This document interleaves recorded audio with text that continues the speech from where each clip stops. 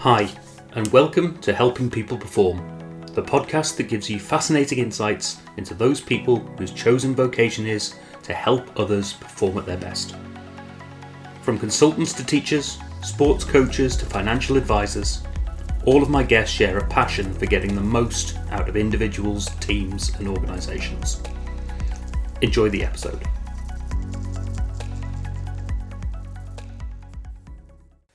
Welcome everyone to another episode of the Helping People Perform podcast. Today I'm joined by a great friend of mine, Mr. Mark Creighton, founder of All Your Idea. So welcome Mark, welcome to the show.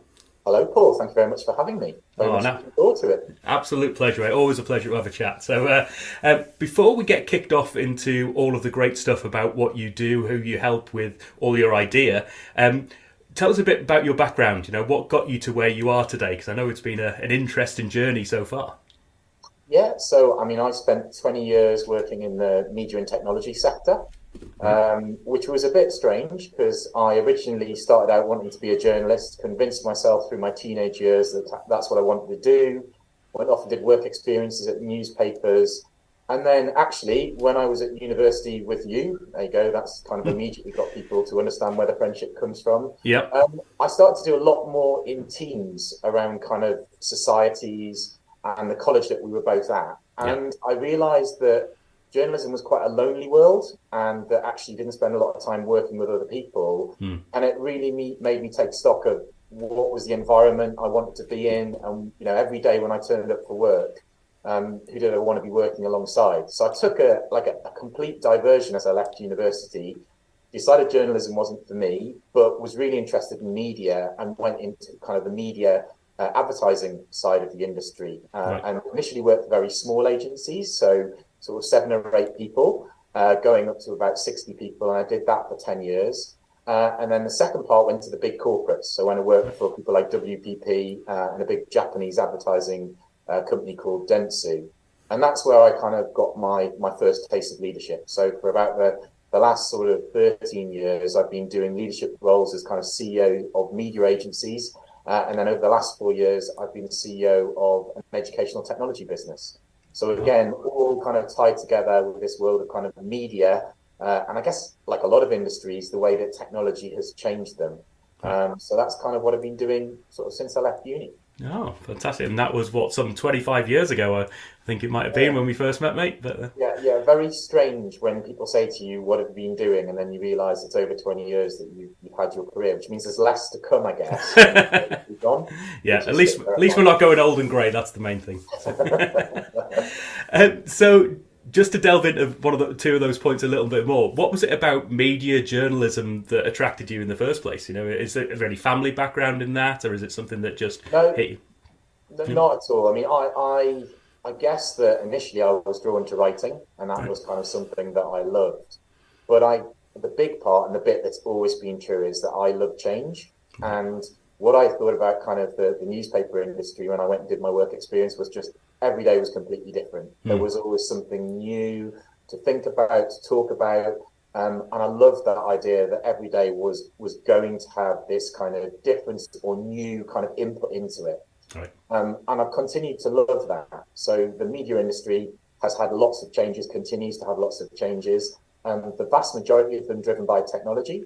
Yep. And that's kind of where I've spent quite a lot of my focus. I was very fortunate. I kind of came into working life right in the middle of the dot-com boom, where I'm going to be honest, not that many people knew about the internet and what it was. In my first job, someone actually came over and asked whether or not I'd ever been on the internet. Right. I was one of the few people in the office who had through university. Wow. And I said, we've got a client, and that client wants to do some advertising on the internet, but none of us have used the internet. And I said, okay, well, I'm willing to explore it a little bit. And I worked with this client who was in the IT sector to identify what websites we could actually advertise on. And for me, that was then a massive kind of pillar of my career for 20 years, because I was then the internet specialist. I was the guy that, as that industry began to grow, I sort of grew with it. Right. So kind of lots of periods of massive acceleration, probably getting opportunities in my career earlier than I would have done if I'd gone into television or newspapers or radio. Yeah. As I say, because I was a great lover of change and I was really curious about these new things that were happening, those opportunities sort of seemed to come along, quite readily.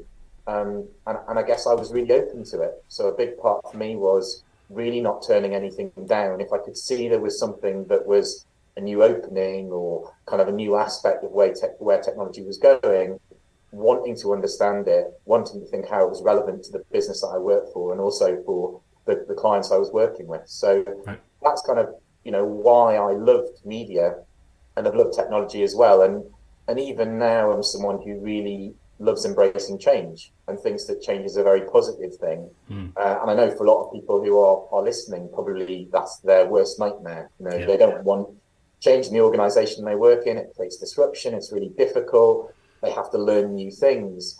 But for me, it's kind of the thing that's always kept me motivated. Oh, awesome stuff. And the other little note that I made for myself here is just because I know your background, I know that you hit on some C-suite roles and some fairly senior roles at a pretty young age, didn't you? So how did you find yourself in those roles, and how did you find that experience being the youngster in the C-suite? Yeah, I mean, as I say, the big driver for it was technology. So I guess experience wasn't going to be counted against me. Right. It was actually what I was demonstrating on a day-to-day basis. So it was very different. And I don't think that's true in every industry, that those opportunities come along sort of before you've kind of got the time delivered within a job and you've gone through the different levels. Yeah. How it came to me was very much about initiative, because there were lots of new things happening. I was someone always kind of putting my hand up and saying, "Oh, I'll have a look into that and figure that out." And I was always someone bringing new ideas forward. And my bosses at a media agency called iLevel, which was a small independent agency, there's about 40 of us when I started, they approached me about new business ideas, and I kind of wrote business plans for things like paid search. So when Google first arrived, they asked me a question about whether or not advertising would ever fit on Google. And I spent a bit of time investigating that, wrote them a business plan, and they bought into it straight away and gave me some people to kind of make that happen. And through sort of demonstrating that initiative, they came to me when I was 20 and said, would I like to be the managing director of the company? They were changing the nature of the company, moving some people into different parts of the venture. And rather than go outside and find a managing director, they felt someone who'd grown up in it would be a better choice. Nice. Which I was surprised by. Definitely wasn't something that I expected. But to your question about kind of leading, I immediately realized that I didn't have kind of that time under my belt that I could kind of fall back on. And there were going to be lots of kind of new experiences that I hadn't had, that I was going to have to either gain really quickly, or I was going to have to look for support really quickly. So the first thing I said when they made me a kind of MD was, can I have a coach? And they were a bit surprised. They'd never used coaches before, but I'd heard about business coaches. I'd heard about the role that they play. And what I explained to them was I felt they needed somebody who was independent of the business, who I could talk to about those situations and scenarios that I hadn't seen, so that I had somewhere where I could kind of shape my ideas, shape my thinking, so that when I took it back to them and the board, it was a bit more polished. Right. And I felt that, even though they were great line managers, great mentors, that I needed that kind of space that was independent of the business, that kind of was away from other people's biases, and that I could kind of formulate my own leadership style. And that would be something that would be genuine, it would be authentic, it would be me. And also it'd be something that other people would believe in, because obviously a lot of the people I worked with were my peer group, and all of a sudden I'd been raised in this MD job. And to all intents and purposes, I was leading my mates. There were people that I'd been kind of working with for sort of 4 or 5 years, and I knew them really well. And I knew, therefore, there'd need to be a distinction, a difference in the way that I led that was still me and was still, the person that they knew, but equally so someone who would recognise there were going to be decisions they needed to make that would affect the future of the company, affect the future of the people that work for it, and therefore I needed to make sure I had the right support to do that. Right. Oh, what a learning experience! I mean, I've I found the whole experience of learning to be a leader and learning to be a manager a tricky enough one at a relatively junior level, never mind taking up those levels of responsibility early on is but it's what's in front of you, isn't it? And if you can deal with it and look for that support externally. So I think we're going to come back to that piece about coaching quite a lot later on, but interesting that you recognise that early on in your stage and talked about using it to address those biases and get out your authentic self as well. So some really interesting topics in their own right. So one other thing from your past that I just wanted to go into as well, your time at Avado, and I know that was an amazing setup and an establishment in itself in terms of what it was doing with education and young people and those areas. But you were the CEO through the times of COVID as well, weren't you? So, and big changes. How did that impact you, the organisation, your people, and what did you learn from that experience? Because it's been such a big thing. Yeah, I mean, a massive learning experience, but I think even though it was a lot of learning, it was kind of a reminder of some of the fundamentals of leading, and actually got me really focused on the things that matter. So I'd always had a challenge at Avado. When I joined the company, obviously I wasn't an educational specialist, and we do our company monthly meetings, and I would stand up and I'd be saying, well, here's the strategy, here's the clients that we've won this month, here's how we're going to adapt kind of some of the things that we're doing, here's some of the work that we're going to do in marketing. And then no one ever asked me a question. And I was like, I can't, got to the point of saying, look, you've got to challenge me back. Like, what is it that we could do differently? And even though we're having these physical meetings, nothing was coming back. And it was something I was concerned about, and I would go around and check in with the teams individually and usually get more feedback. So it wasn't that I wasn't getting feedback, but in these all kind of company forums, just didn't seem to be getting as much as I wanted.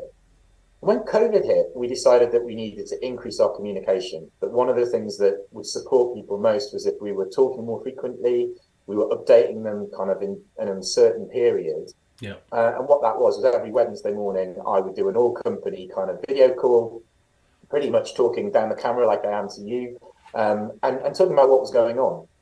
And what came out of that for me was almost by not facing me, not necessarily having their camera turned on, I started to get all these questions about what the business was doing, why we were making the decisions we were making, disagreement with the decisions we were making, and challenge. And I remember after the first session when I kind of asked for questions and they all flooded in on the chat, and I was going to answer all of them. I kind of, whatever they were, I was going to answer all of them. Two things really stood out. The first one was, I was able for the first time to say, I don't know the answer to that question. Right. It's a really uncertain period, just like everybody else that you're hearing on television, politicians, news broadcasters, commentators. I don't know what happens next. So I don't know where that goes. All I can work with is what we have in front of us and make the best decisions from that. And then the second thing was to not see people's questions as being kind of a personal kind of slight on me, but expressions of frustration, expressions of confusion, expressions of being upset at what was going on for them as people were perfectly legitimate, and that I should be ready for that challenge. And as a leader, part of my job was to offer support, was to be more empathetic, was to be there just to support people and to acknowledge that, yeah, that's a really hard decision that we've had to make. And throughout COVID, there were hard decisions in terms of we had redundancy processes that we had to undertake because the business couldn't support the people that were in it. Yep. We had to go out and gain new financing. We had to adapt all of our working practices. We had to change our program. So there were constantly difficult things for people to hear that, were negative on top of everything that was happening in their lives that were negative as well. Right. But I realized that as a leader, being clear in your communication, being authentic, being genuine, but also being honest, probably gains you the most respect, but also it gained kind of the most commitment. So what I saw around the business were people recognizing the challenge and almost like double down. Okay, if this is what you need from us, we're going to work to do that. Yes, it's going to be different because we're all working remotely, but for the business to survive and progress, this is kind of the change that we need to make. And I was blown away by how people responded to kind of what we were saying, and committed themselves first and foremost to their colleagues to be supportive of one another, but also then to support the business and to say, okay, well, we want to come out the other side of this. So for me, it was it was a really stressful period, and one that I think mentally took a lot out and emotionally took a lot out. But then I kind of reflect on those things that we did and the way that people responded to what all the effort we were putting in.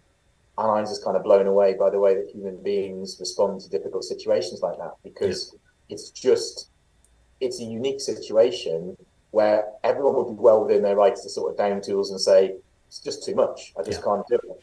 But actually, what I saw in people was kind of this greater willing to commit, which I thought was very special.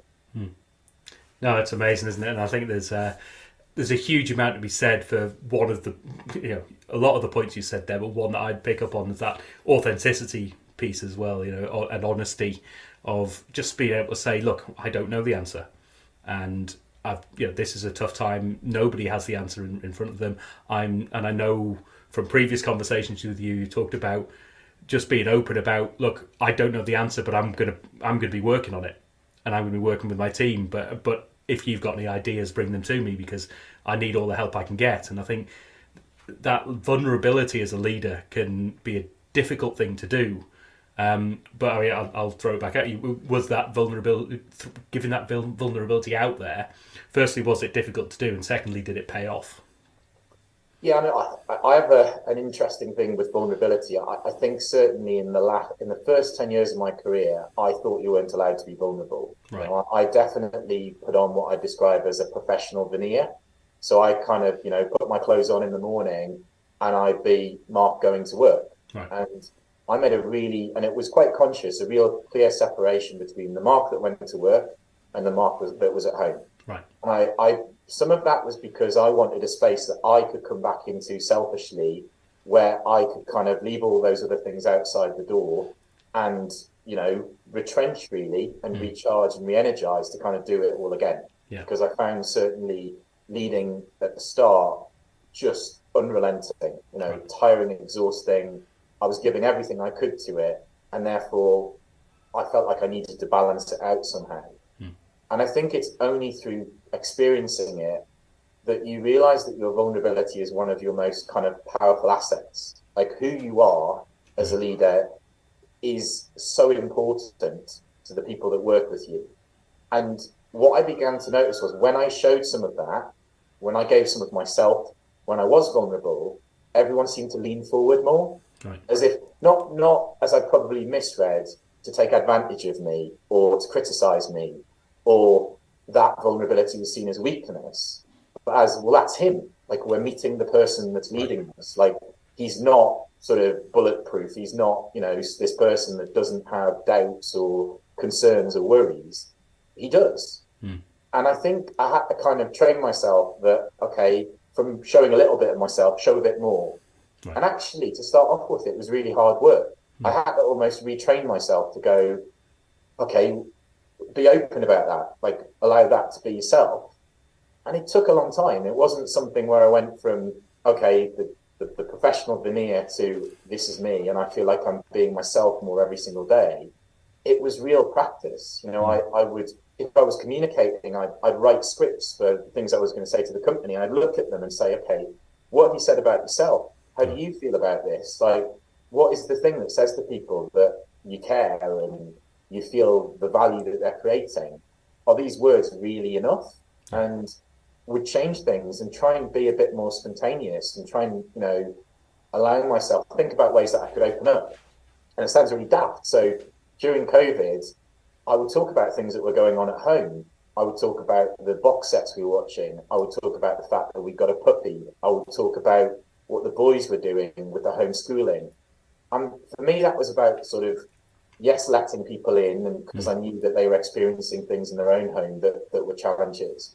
But also I found it was a way for me to be really connected to who I was so that they would see me. Right. So sometimes those words really weren't about the message I was giving. It was me simply saying, it's Mark talking to you. It's not the CEO of this company.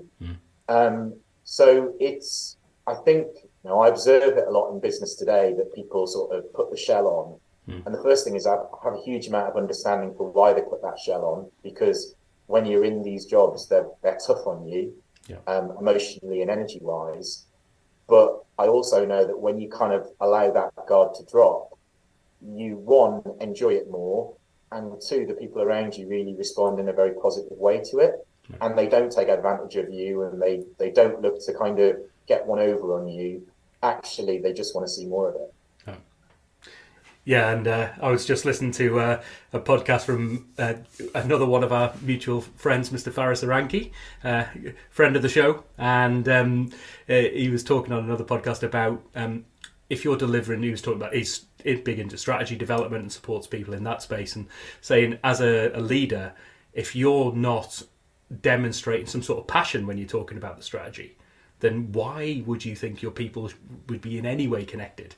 And that passion can be anything from the professional side of it through to the personal. But this is really going to affect me. It's going to help me and my family to do this, or it's going to have this impact on my day-to-day life. It's that personal connection that really binds everything together, isn't it? And as Faris talks about in terms of strategy, it's the energy as well. So if you're going to go and communicate things, how much energy have you got in the tank for that? How are you getting yourself ready so that when you give that kind of massive piece of information to a company, and particularly when you're in a period of change, how's that going to be really positive? What is your body going to be doing as much as what's coming out of your mouth? How are you going to do it? Have you thought about that enough so it has the most positive and kind of potent impact? But all of those things require you as a leader to have enough energy yourself to then give that back to other people. And I think we live in a business culture at the moment that often talks about leaders almost like running themselves into the ground and celebrating this idea of working 80, 90-hour weeks.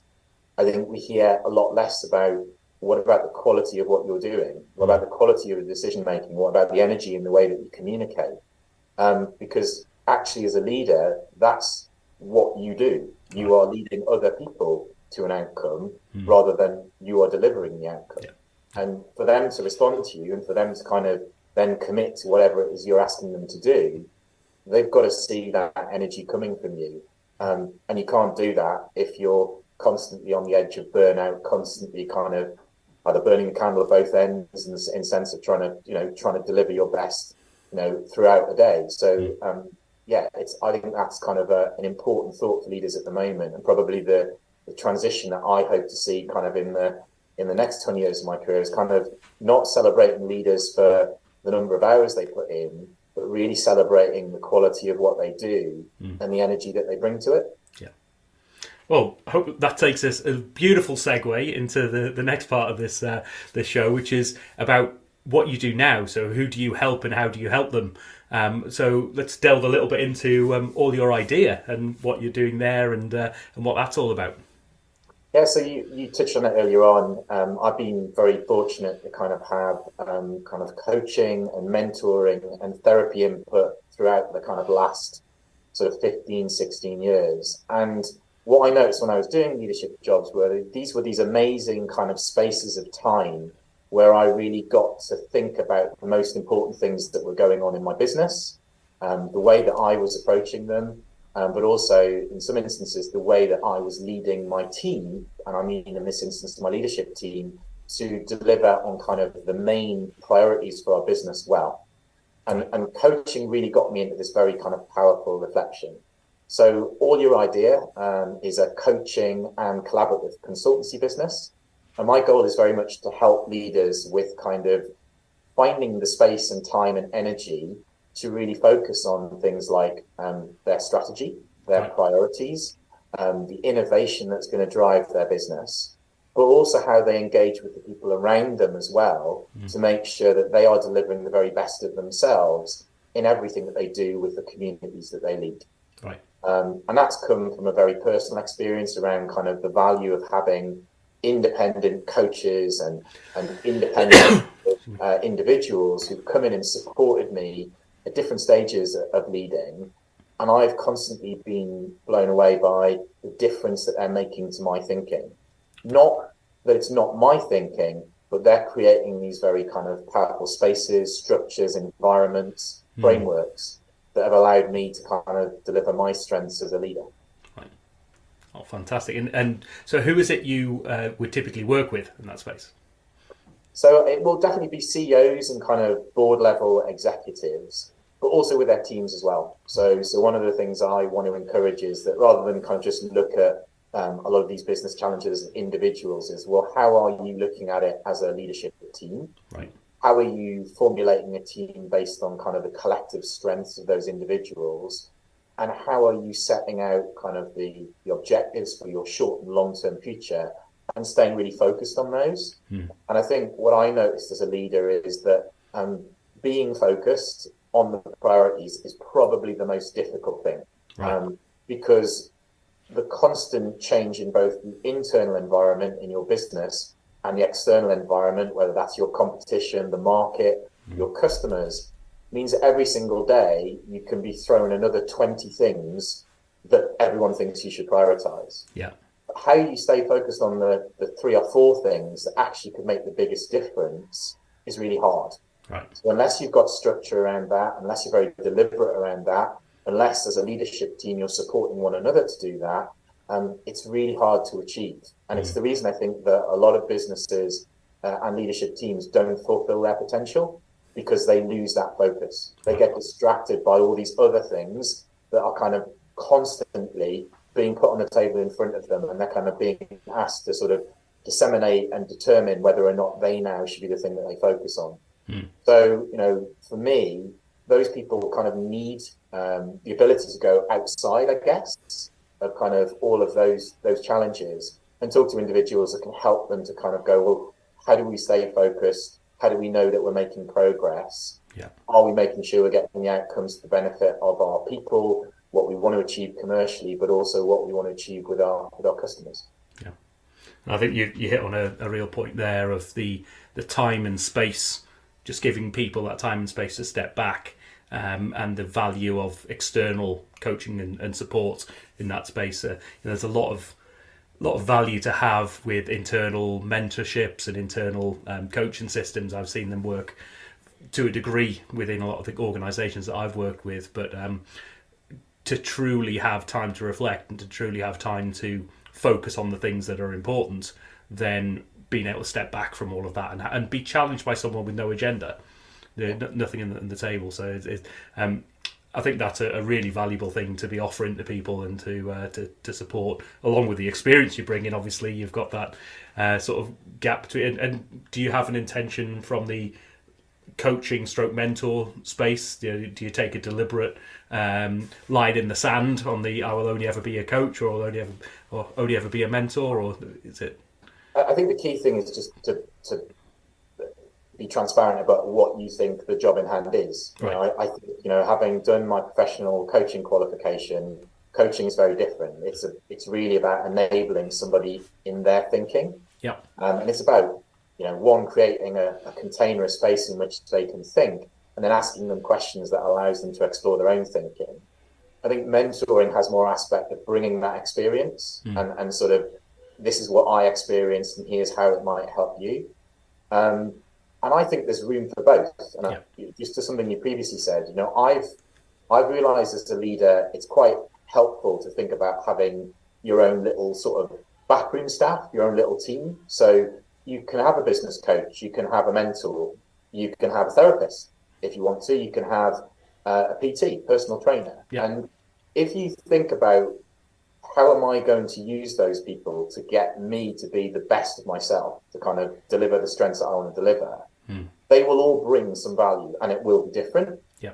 And then there'll be other times where you very clearly go, I just need a mentor right now. I need somebody who can give me experience of this situation and give me a sense of what it is to be in it, because I've not been in it myself.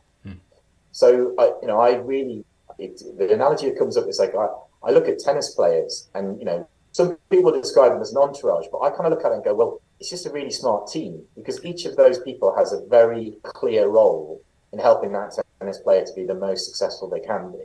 Yeah. And I think leaders need to think the same way. And I think what we'll see over the next sort of 10 to 15 years is that people will realize this important connection, as they already are, between kind of, are you physically well as well as kind of mentally and emotionally well? Yeah. On top of kind of that sense of we're all continually learning, but what is it to learn as a leader? Right. And not all of that is just on the job. It is your ability to tap into expert resource and say, okay, I want to get better at what I'm doing. how can I go through kind of a deliberate piece of development that's going to enable me to do that? Right. And I think the kind of leaders that will excel are the ones that are smart enough to say, am I creating enough time for my development in a very kind of deliberate way? Not the sort of, yes, I'm reading about what's going on, I'm doing my desktop research, not that bit, but actually say, I can see that I need to improve in this area. Who within kind of my group of experts that I work with independently do I tap into to help me to develop in this way? And I think that's kind of the sort of leadership development that will garner the best results, I think, going forward. Nice. Love it.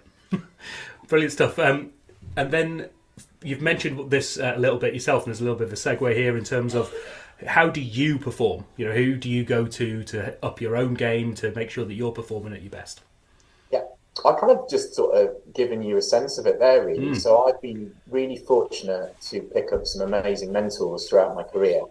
So board level directors I've worked with, chairs that I've worked with, and they've been very kind in giving me time after I've left their companies, right, and being there for me, you know, that kind of once or twice a year just to catch up and give their perspective. So I think, you know, that aspect, as I say, business coaches, I've had several different business coaches, and what I love about those people is when they feel they've taken me as far as they can, they've always acknowledged it and said, right, I think we need to find you a coach that can kind of take you the next journey, because that's a specialism I don't have, or you're in a different stage of your development, which I think is kind of, you know, that's the most selfless thing that any person who's sort of self-employed can do. Yeah. So I've always had great respect for them.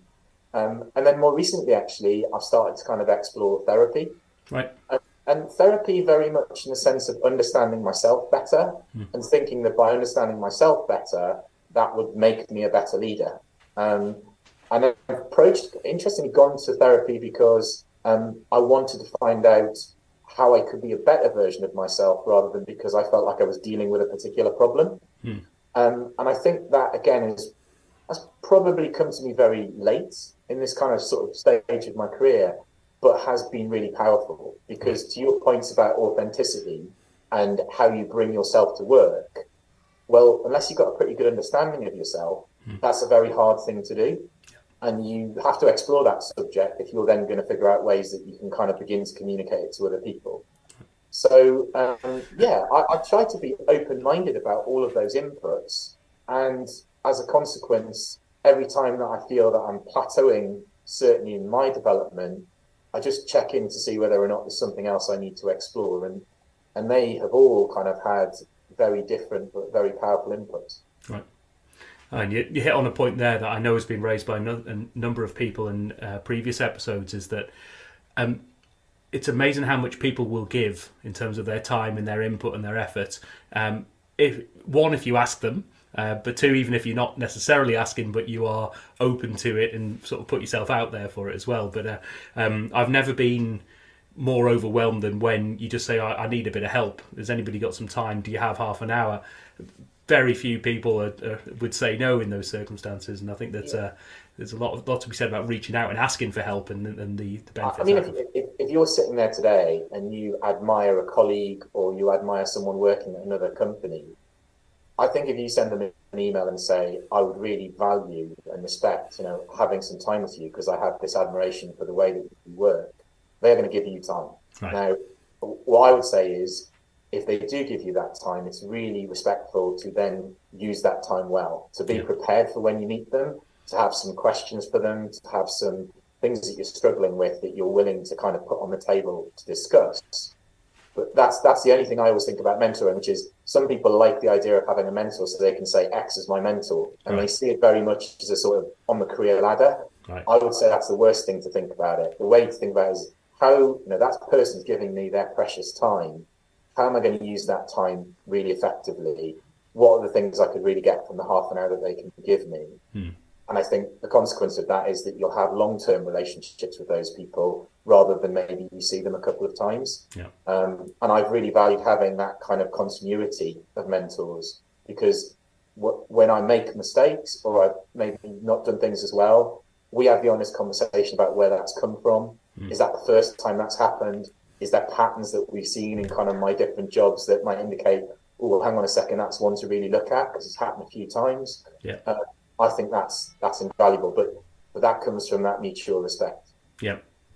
Yeah, and I think if from the mentor's perspective as well, seeing that your mentee is listening and taking on board and trying new things and succeeding, that's always been the rewarding element of mentorship for me. Is have a great mentoring conversation and nothing happens of it. It's like, where's the energy in that? Awesome. Okay, so just wrapping things up a little bit with a couple of slightly quick fire questions, a little off the cuff. One is, if you were able to sit down with any individual, team, organisation and support them with the work that you do, who would you want that to be and why? Right, so this is coming from my politics degree at university. So I do want to sit down with the Prime Minister, and I kind of wondered if this was Rishi Sunak, probably is right now. But I think I've observed now over kind of a number of years how Prime Ministers lose connection with kind of the people that we vote for them, the people around them, or people beyond kind of their inner circle. And I do think there's an interesting kind of coaching dynamic to that, right, about how they're formulating thinking, how they're connecting with their audience, with their constituent, I guess. Because it does feel like one of those leadership jobs where the insight and the input sort of narrows over time. Right. And actually you get less and less input and insight from the breadth of what's going on in the world, and probably less and less space to think. So less time to process the information that you have to make good decisions. Yeah. But I do think, and I'm, when I look at kind of, and this is in Britain specifically, I do look at British prime ministers and think all of those kind of very conservative with a small c leadership traits about kind of looking like you have no weakness, not expressing vulnerability, the ability to work with less than 4 hours sleep, the ability to work 7 days a week and never give yourself a break. We sort of applaud it and cheer it without actually thinking, well, what's the consequence of that? Yeah. The consequence of that is that they're probably making really bad decisions at times. They're not making decisions with lots of information, and they're not giving them time to consider the implications of what they're doing in a way that would enable them to make better or more holistic kind of decisions. So I'd love the opportunity to sit with kind of someone like the current Prime Minister, almost to say, well, are you getting the space that you need to make the very complex decisions that you need to? Because you, more than anybody, need kind of the coaching, the therapy, the mentoring, but it's difficult from the outside to see whether or not that's something that you get access to. Yeah. Oh, interesting one. No small challenge for you there, mate. I'll just go right at the top straight away. Yeah, why not? And flipping that on its head a little bit, if you could sit down, have a coffee, have a beer, a glass of wine, and sit down with somebody in order to learn from them and up your own performance, who would you want that to be? Okay, well, keeping the same theme here, but one close to your heart here, Paul. So Jacinda Ardern, the New Zealand Prime Minister, I think is as a role model, and I look around the world looking for role models for leadership, and she's one of the ones that really stands out to me. I think she is the authentic person. I think she demonstrates the vulnerability that you talked about earlier. Yeah. She shows compassion, but also she shows compassion not only for the country that she lives in, but she also has a great expression on kind of the world stage of what it is to be a leader and kind of what the expectation of you is in lots of different forms, whether it's the economy, whether it's defence, whether it's the environment. So I'd be really interested to spend some time with her and just understand where that kind of clarity's come from. Right. Because it does feel, when you watch her, when you hear her, when you kind of just see her body language, it's extremely clear what she's about. And I think, as a communicator, I don't think I've seen many better communicators in the world, even when they're talking about really difficult subjects. Even when she's apologising for things I'm not sure she needs to apologise for, there's just a quality to the way that she does that I think, business leaders, as much as kind of political leaders, can really learn from. Yeah, and very interesting one, and someone who's handled a lot of, you say, some high pressure situations and highly controversial situations, and I also, because for those of you who don't know who are listening, I lived for 5 years in New Zealand. I've still got family who live over there, and what I hear occasionally is the interesting element of the perception of Jacinda Ardern outside of New Zealand compared to internally within New Zealand can be two very different things as well. But I don't think there's any arguing with the points that you've made there around her style of communication, her clarity, and how she goes about her business. And I think that'll be a fantastic one to learn from. Awesome stuff. Well, final sort of couple of questions from me then. How do people find out more? How do people get in touch with you and with All Your Idea?